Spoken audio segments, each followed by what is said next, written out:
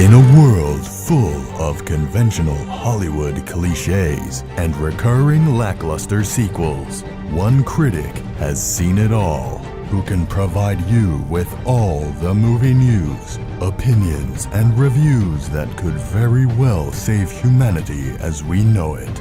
This is Libby's Movie Hunt. And now, your host, Libby Hunt.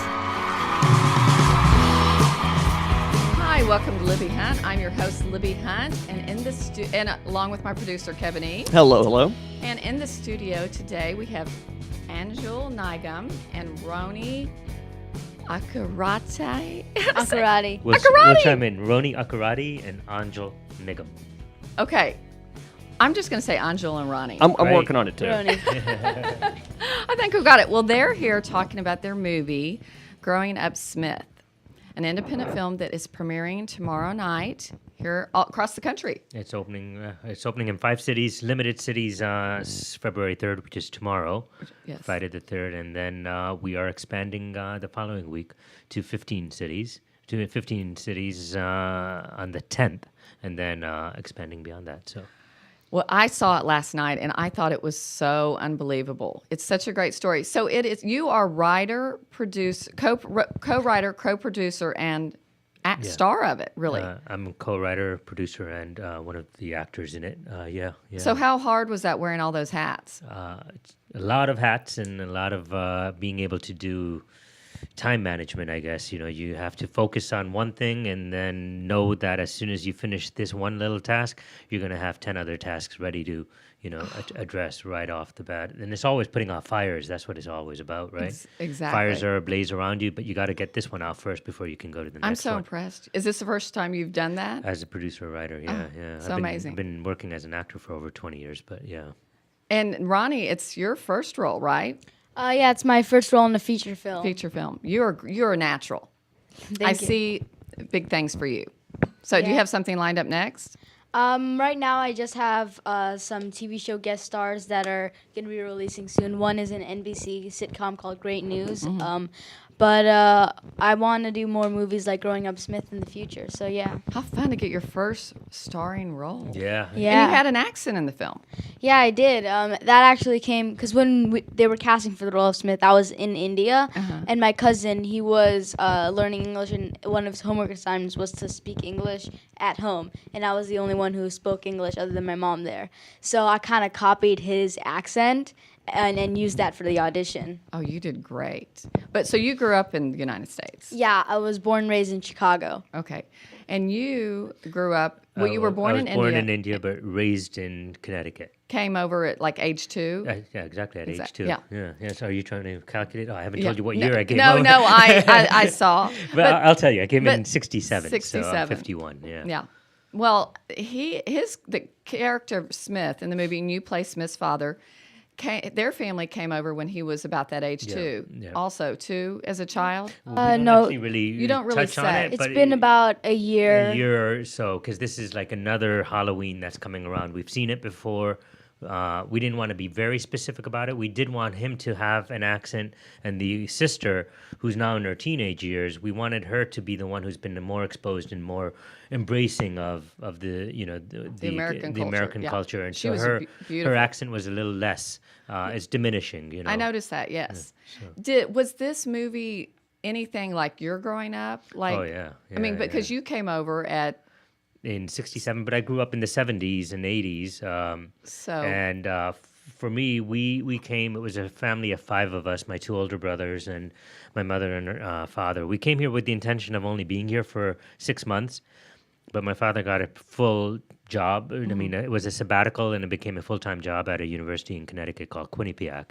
And the plan wasn't to be here. The plan was to get here, realize the American dream, and then get back. which was in the same thing in the movie. Yeah, which I think a lot of immigrants, they come to a different land. They want to find home away from home and then maybe even go back, right? And the thing about the American dream is if you can realize the American dream, can you imagine if you can take that dream to your native homeland, to your native country? And that was something you see in the dialogue in growing up Smith, we'll go back, we'll live like kings and queens, we'll live the American dream in India, right? And my father, he's still an Indian citizen. He's 83 years old. He still lives in Connecticut, in the home that we were raised in. And but he hasn't gone back. My mother, when we came, my mother decided to become an American citizen so she could start bringing her siblings and sponsoring them, which they did. So our entire family in Connecticut is on my mother's side, but on my father's side is just him, because he still has his Indian citizenship and Indian passport. Maybe someday he'll go back. I'm not sure. Well, so your life kind of parallels this movie in a lot of ways. In many ways, sure. But the writer, one of the co-writers I saw, it is based on his kind of story. Well, Greg Scott Houghton was the original writer, and he used to be roommates with an Indian guy by the name of Ramesh Raju.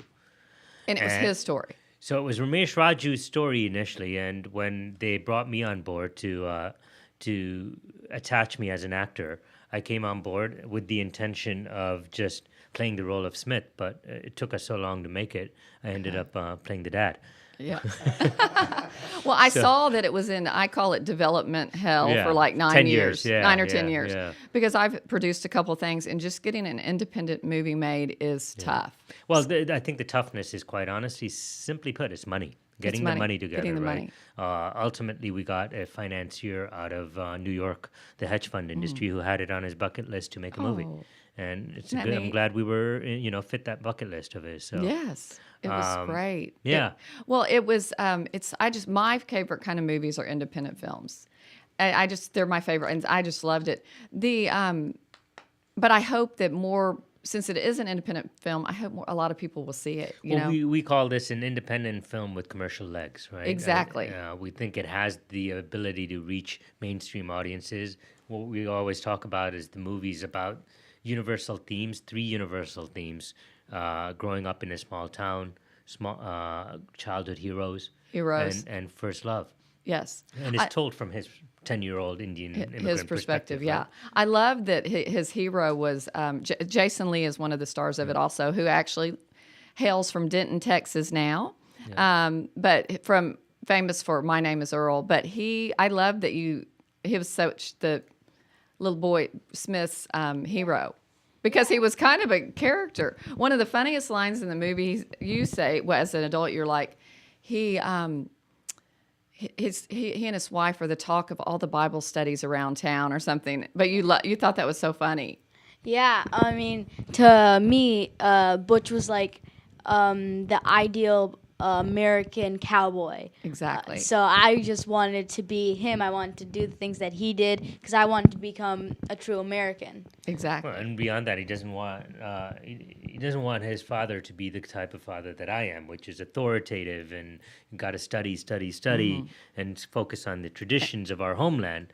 He wants to explore Americana, right? He wants to try Kentucky Fried Chicken. He wants to go hunting. Exactly. Right? One of the funniest things you did is when you sent him to school on Halloween with a squash instead of a pumpkin. Yeah. That cracked me up. It was so funny. It's something that's the kind of stuff I grew up with. And when you're an immigrant, often practicality is more important than you spending your money on things that, Exactly. Pumpkin, squash was the difference. Yeah. They're all the same family, right? Yes. And his Halloween costume was so funny too, but that'll spoil it if I tell, because you kind of lead into what his mother ends up making him. It was it's just such a great coming of age love story. And you fell in love with the girl next door. Yeah. But the movie had twists and turns, like things that I didn't expect. The end. That's what I loved about it. It surprised me. It wasn't. It was. I liked that about it. The end is what I'm saying. Yeah, the end. There's a little twist that I don't want to give away. He doesn't die at the end. He doesn't die. He doesn't die. Yeah. One of my favorite scenes, Ronnie, that you had was the dancing in the Saturday Night Live. Oh, yeah. So are you a dancer? Because you're really good. Yeah, actually, before I did acting, I would watch video. My mom, she's a huge movie fan in India. In India, of course, there's a lot of movie songs and dance numbers in movies. So I would watch all these dance numbers and all these movies on the flight to India. Oh. And there, I kind of just started dancing, and that's kind of where my mom first saw what I could do, and that's actually what encouraged her to send me to acting to see if I would be good at it. Well, when he tried out, did y'all have him dance? No, we Oh, didn't. you didn't? He didn't need to in the movie. But as we were shooting, he kept on coming over to me and saying, "Can we put a song and dance in there for me?" Yeah. So was the Saturday Night Fever line already in the movie? No, the Staying Alive, Staying Alive. Saturday Night Fever, that was all integral to the because to the storyline, that was yeah. such. Saturday Night Fever was my favorite song when I was in high school. I was in love with John Travolta. My gosh. Happy Days, all that stuff. that era. Yeah, I mean, when we went to after Greg sent me the script, I rewrote it from the perspective of being an Indian immigrant, and we started bringing in these elements from my own childhood. Which Happy Days was a huge part of it. Me too. As was Saturday Night Fever. The Bee Gees, listening to their songs like. Tragedy was huge, which is maybe a year or two after 1979. Right.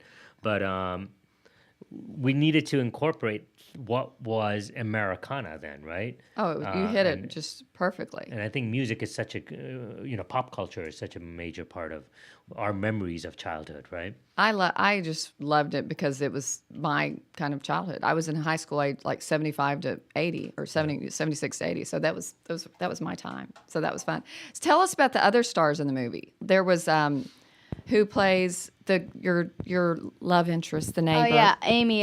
Brighton Charbino from The Walking Dead. She plays Amy. She is great. She's a beautiful young actress. I look forward to seeing her in more things. She had just come off of The Walking Dead. She had a multi-episode arc on it, and then she became like huge breakout. So we cast her just as she was on the heel of that. Yes. And when we were doing the screen test for these guys for the role of Smith, she was actually already cast, and she was the auditioner with the contenders for Smith. She was great. And then the Jason Lee's wife, I've seen Hillary her. Burton. She is actually She was in One Tree Hill. Yeah.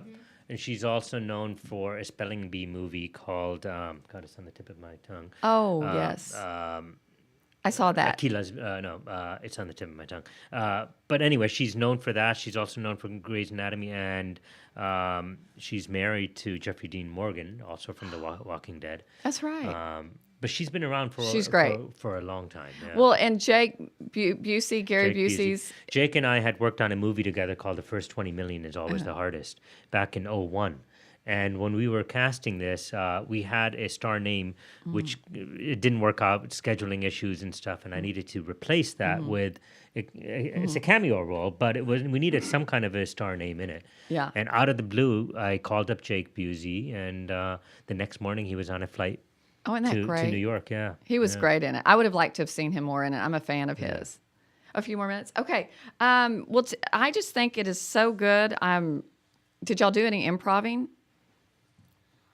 Yeah, there were a couple scenes where there was improv. I don't think many of them made it into the film. I think only like one or two of them made it into the film. But yeah, and also the dance sequence that you were talking about, I think the only first part of it was choreographed. The rest was just improv. It was so good. So, okay, the movie. We're going to wrap up here. Tell me what you want people to walk away from this film with. Well, I think people are really going to join the film, and they're going to relate to it a lot. It's a very relatable film. People from all walks of life can relate to it, especially immigrants. It's not just Indian immigrants. Like, immigrants from anywhere can really relate to the film. I know, yeah. I mean, it's a story that gives us an opportunity to see all walks of life. It's about tolerance. It's about seeing humans as human beings. And, we'll constantly be making class distinctions in our lives. We always separate people from, rich and poor, white and black, and, it's endless, old and young. But here's an opportunity for us to see the other side, whatever the other side is for you, from whatever perspective you're coming from, seeing it and hopefully trying to understand what the other side, what's driving their needs, what's driving their wishes and desires, and hopefully walk away feeling good about life. Well, yeah, and it made me remember my childhood with just fondness. You just come away, fondness and fun. But wait, before we go, you tell us, you've been in a couple of really big things. Salvation, Terminator, Salvation. I was in a movie called Bad Words with Jason Bateman starring in it, and I loved that. He directed it as well. He was an amazing director. You were great in that. He's an actor's director. Yes. So that was recent. And you had a big stint on Jimmy Kimmel. Jimmy Kimmel, we've been doing these things now since 2010, where Jimmy Kimmel, in his opening monologue, he outsources his jokes on Skype to a call center in India. And I'm the guy who's in the call center providing him jokes. It's via so Skype. funny. Yeah. You know what? One thing I read you said, I know we got to wrap it up, but I could talk to you forever. I thought it was interesting because Indian actors, you think they would be typecast as doctors or cab drivers or, whatever.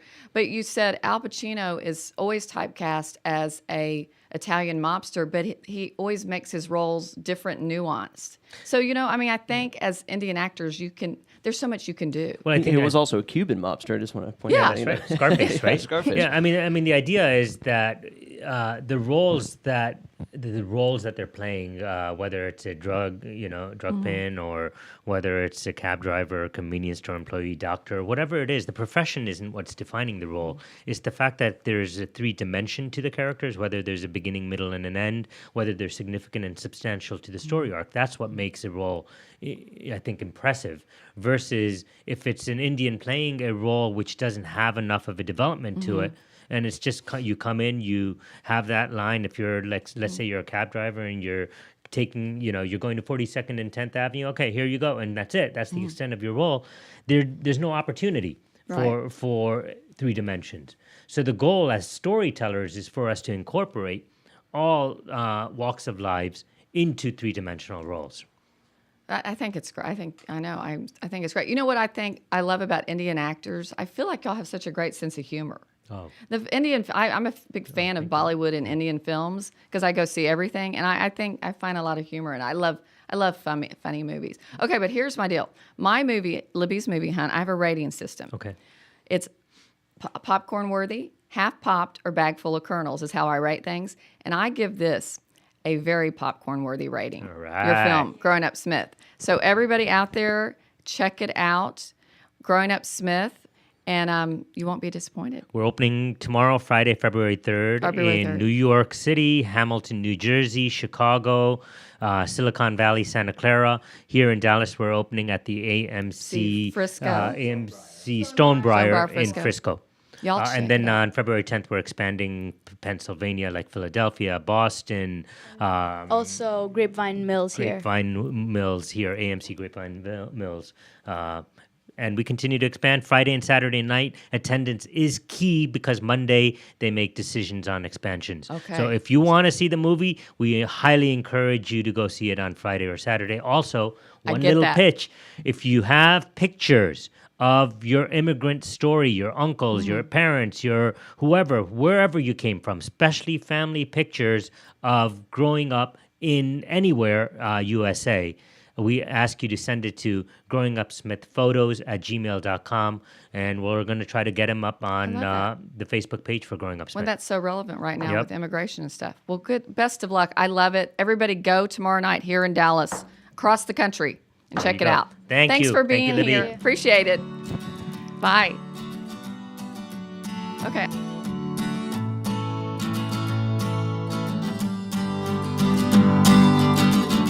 Cut. Everybody take 5. More of Libby's Movie Hunt coming up.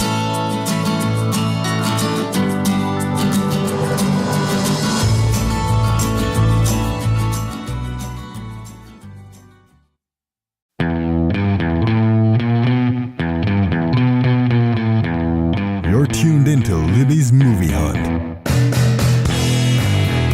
Welcome back to Libby's Movie Hunt. I'm your host, Libby Hunt, along with my co-host, Kevin E. Hey, how are you?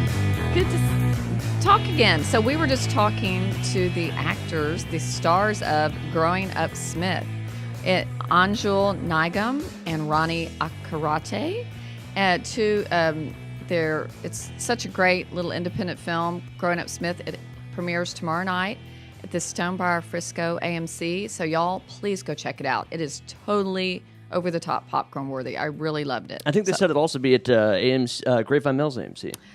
That's right. So and then it'll open wide release across the country. But please go check it out tomorrow night. Opening weekend so important for these little independent films. So we really enjoyed that interview. So we'll go back to talking about our films. Back to our normal, back to our normal, little deals. format. And now that our star, it was so fun to have a real, since he was in, Angel was in Terminator and on Jimmy Kimmel, and he's on Bad Grey's Words with Anatomy. Jason Bateman. Bad Words. It's so fun to have a real celebrity in the is. studio. It makes me nervous. That's why I don't want to jump in. I'm like, I'm just going to sit back. I'll did work great. on engineering. You can were handle engineering. Yeah. I did a lot of talking, but that was really fun. Made us feel really professional. Oh, absolutely. We're like a big deal. We're a big deal now.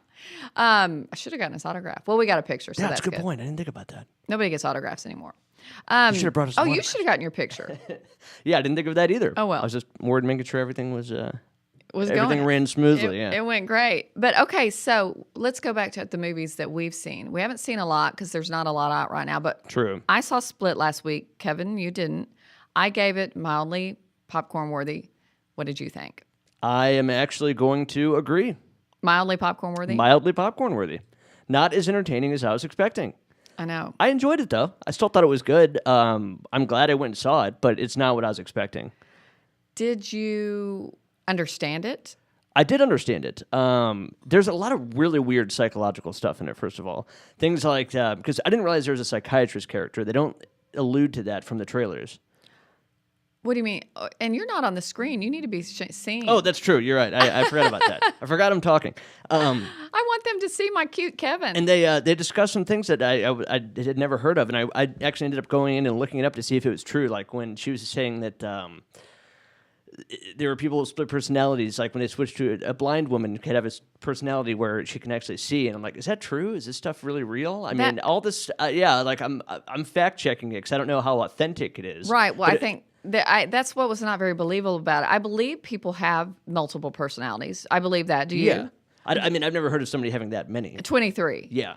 But I mean, didn't you think, if anything you took away from the movie, didn't you think he was a great actor? Oh, definitely. James McAvoy. Yeah. I mean, but like, we don't want to spoil it, but what you're talking about, what transpires from his personalities, can that really happen? Is what you're saying? Yeah, exactly. It was so far fetched. It was very far fetched. It's one of those where, it's just really over the top. But the lead female who plays Casey, I can't remember the actor's name.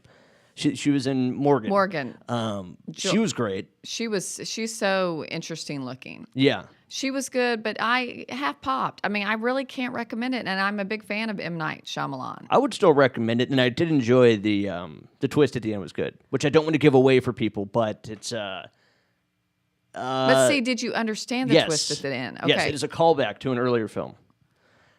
Because somebody shows up in it. Yes. But what? Okay. I don't want to give it away, but we'll after have the to show, talk I'll later yeah. because it's one of those I think I need to see again because it was confusing to me. Yeah. But I mean, what did I say? Half pop? No, it's not half popped. I mean, I'd say mildly popcorn worthy. What were the Rotten Tomatoes? Do we know? It's just like a 78%. So it's kind of what we feel. Yeah, kind of how I feel. I wasn't blown away. But like my teenager saw it and loved it. I think it's a good teenager movie. I was expecting more of a Silence of the Lambs type experience, and it just really wasn't on that level. It wasn't very scary, and I wanted it to be scarier. Yeah. And the twist he had. And don't get me wrong. I mean, there is tormenting and Yes. kidnapping and killing and all of that stuff. I mean, there's plenty of it, but it's not very scary. No. But so it's okay. I'm glad you saw it. But so after so since we don't want to spoil it for the viewers, we'll have to talk about it off camera. Yes. What happens? You can explain it to me. Yeah, definitely. But I mean, that's hard when a movie you don't understand. It's funny. It's a callback to a movie that I didn't even really like. Okay. So it's kind of funny, but I mean, I don't know why you go back to that, but it does explain a lot about. Both so movies. when that comes at the end, does that mean they're going to make this movie a second one? That's what I left thinking. I guess I don't know, but I don't know how you continue it from there. I know we're not making sense because I don't want to say what happens at the end because it'll totally give that away. But I'm not sure exactly what they're hinting at there. The actor, I just knew what it was a reference to. James McAvoy. I don't know what he's been in. I know he's been in a lot of things, but he is really a great actor. I mean, I know him mostly from the X-Men movies. He plays the young Professor X. I mean, his performance was really kind of Oscar worthy. It was really good. I mean, it really was good, Yeah. but it just we need to see him in something else because he's a great actor. Yeah, I agree. The acting was great. So, but yeah, just no. I'm gonna mildly go popcorn yeah. worthy. If you're looking for something to see and you want a scary movie this time of year, kind of, it's good. It's more of a psychological thriller, but yeah. Oh, and we talked about she's from Fort Worth, the actress who Ada's enough mother. I'm blanking on her name. She was Betty Buckley. Oh, who right, played right. the psychiatrist Yes. was really good, and I loved seeing her in something. Yeah, me too. Remember, she was the gym teacher in the original Carrie. Oh, that's right. I never even made that connection. Yes. Yeah. She's a great actress. I like seeing her in things, and I love that she's a Texan. Okay, the movie that I saw this week, there's just not a lot out. No. And I was very interested. It really caught my eye. Was Paterson with Adam Driver is the star of it, who was. Well, was he Darth Vader in the last He was Star Wars? Kylo Ren, who is the grandson of Darth Vader Okay, in the movie. and son of Han Solo. Okay, he was great in that. But I love Adam Driver. Anything I've seen him in, I just adore this actor. Yeah, it seems like he's popping up in a lot more, but I'd never heard of Paterson until you told me about it yesterday. Well, it's a art house kind of independent film, but it got a 96% on Rotten Tomatoes. The director is Jim Jarmusch, and he also wrote it. And what I loved about this movie, to me, always the most important part of a film is the story, and the story is just so beautiful, and it's well written, and it's so simple. It's basically about a guy named Paterson that lives in Paterson, New York, or New Jersey. And he drives a bus, and he has this beautiful, I believe she's Iranian girlfriend. She may be Spanish, but she's gorgeous, Laura. And it just talks about kind of like their triumphs and defeats of everyday life going on in a city, and he is a poet. And as he's sitting on the bus listening to people chat about their life, he writes it down, and he writes poetry. And this is what I loved about the movie. I loved the poetry in the movie because throughout it, like he'll be sitting there in his journal, he'll go, "Roses are red, violets are blue." I mean, he's writing out the poetry on the bus, and he reads it out. He kind of narrates over his film. So I loved it. It's totally popcorn worthy, but it's a slow moving, sweet film. That's what I was going to ask. I mean, it's close to 2 hours long. I don't so it's think not you would quick. love it. Yeah. I don't think it's a guy movie. I think it's kind of a chick flick. And it's weird. You don't see a lot of films where a central character is a poet these days. He's a poet, but the poetry is beautiful. So the writer and director, Jim, I would like to see these poems that he said in it published because it was so good. But it was, I'd say, again, mildly popcorn worthy. If you like a slow kind of art house intellectual film. It's a very intellectual film, slow moving. You're not going to say Oscar worthy. No, absolutely not. But it's worth seeing if you want to see something. It's worth seeing. Kind of like we felt about Split. I was going to say, what would you recommend more if people are going to the movies Split, this for weekend? Sure. Split, yeah, because it's just It's more more mainstream. palatable on a mainstream. Yeah, I mean, this is level. definitely off the beaten path, quirky, but I liked it. But I guess we're about to wrap it up. Yep, went by really quick today. I know, but it's so fun especially the having our second part. stars in of Growing Up Smith. So y'all go out tomorrow night and check out Growing Up Smith. It's really, really good, and we highly recommend it. So thanks for tuning in to Libby's Movie Hunt. You can catch us here every Friday at 2 o'clock on watchonairlive.com live. Thanks. Go enjoy the movies.